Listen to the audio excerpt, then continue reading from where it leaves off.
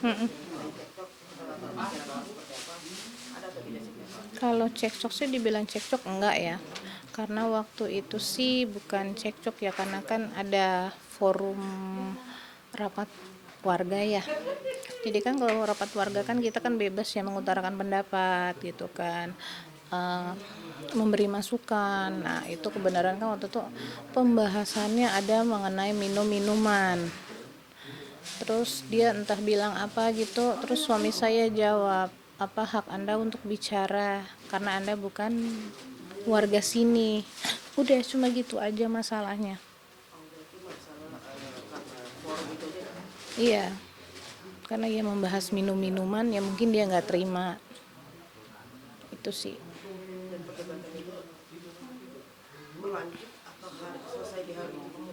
Selesai.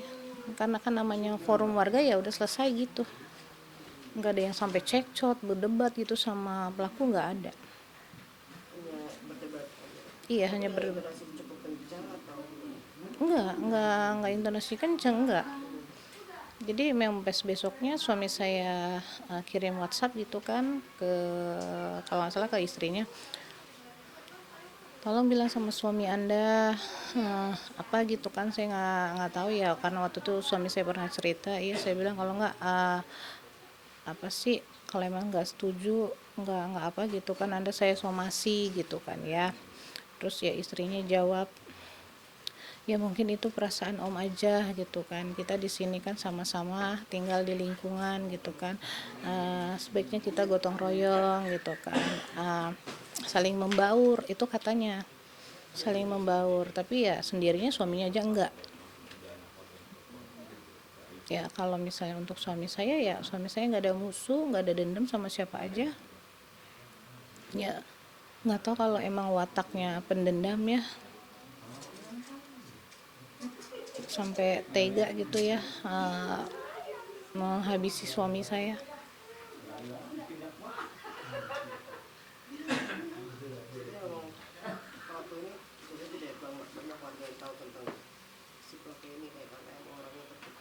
Iya.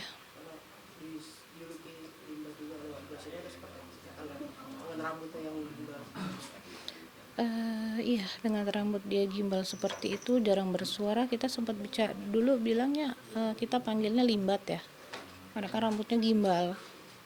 Terus nggak pernah bersuara kan gitu. Kalau apa-apa itu seringnya melotot, sering melotot gitu.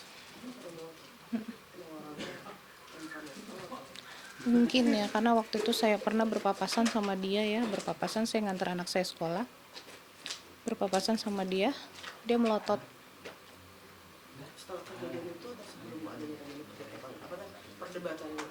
Sesudah, iya, sesudah.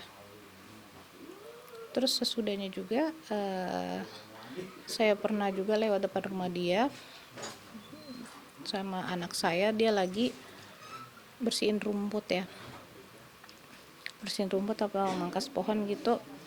Saya lewat tapi dia apa dengan kenceng banget ya dia mapas pohonnya itu ya. Terus saya tegur, tapi kan saya tegurnya sambil jalan ya, karena saya takut kan dia megang senjata ya. Saya tegurnya sambil jalan, saya bilang pelan-pelan dong, segituin aja kan, nanti kalau kena anak saya sama saya gimana, apalagi nanti kena orang lain atau gimana gitu kan. Dia langsung melotot aja, dia melotot gitu. Mungkin kejadiannya sama ya, sama kayak suami saya mungkin.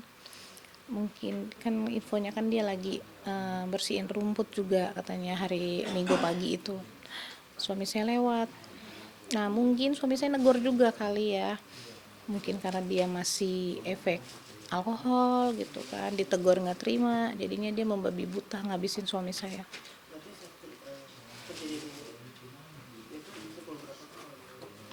Infonya sih kejadian itu di 7.30 pagi ya. Iya, di setengah 8 pagi. Iya, dapat kabar itu, saya dikabarin kan sama tetangga, disuruh siap-siap ikut ke rumah sakit. Suruh ikut ke rumah sakit, saya tanya kenapa. Enggak, dia bilang Om Sandi jatuh. Ya udah saya siap-siap, saya keluar pagar, saya lihat depan rumah saya ada motor suami saya, motor listrik itu penuh darah. Saya kaget lihatnya, ini darah apa, kok bisa, enggak dia jatuh. Udah buru ke rumah sakit. Setelah saya ke rumah sakit, saya lihat suami saya udah terbaring berlumur darah. Tapi masih saya ajak saya ajak komunikasi, dia masih respon. Saya bilang kuat ingat anak-anak, dia responnya gini, cuman dia selalu mungkin nahan sakit, dia selalu istighfar gitu kan. Ya udah, itu dia meninggalnya itu di perjalanan menuju ke rumah sakit rujukan. Di perjalanan dia ngebusin napas terakhir di pelukan saya.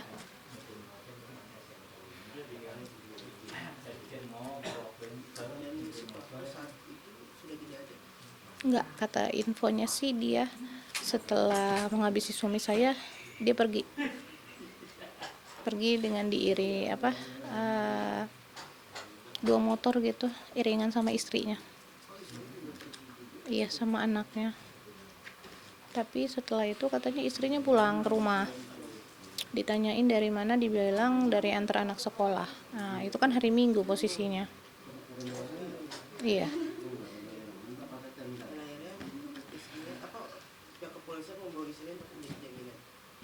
Infonya sih gitu. Iya.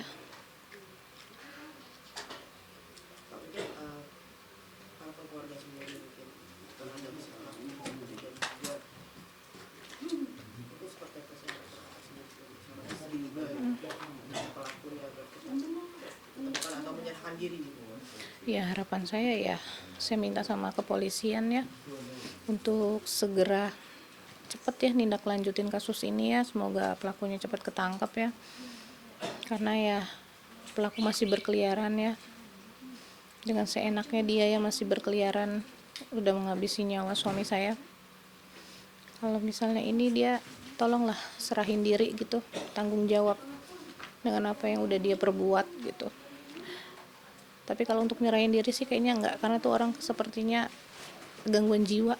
Itu menurut saya tuh kayaknya udah di gangguan jiwa. Semoga deh cepat ditemuin.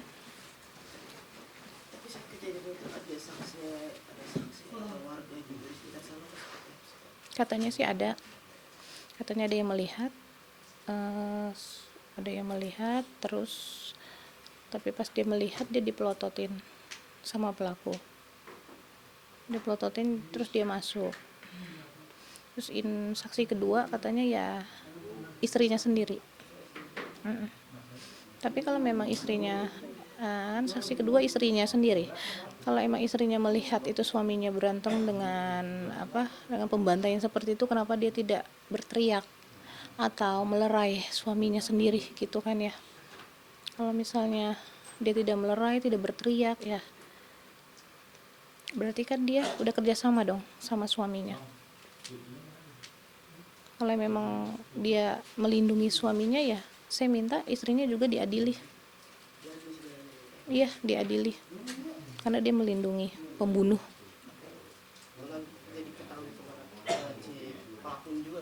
Iya.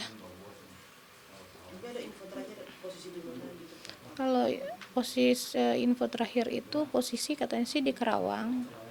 Cuman sampai saat ini kita juga belum tahu pasti lagi ya info terbarunya dia di mana.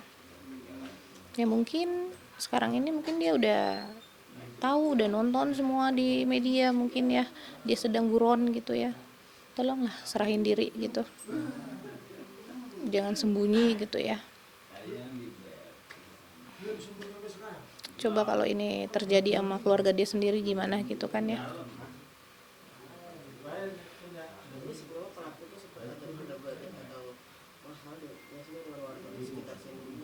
Kalau untuk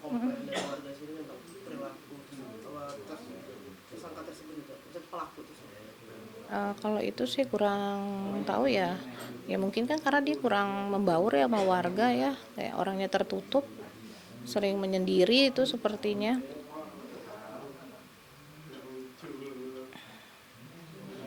Padahal ya dia itu dulunya itu saya sebelum nikah sama almarhum, itu dia saya selalu ngojeknya sama dia. Iya, sudah lama.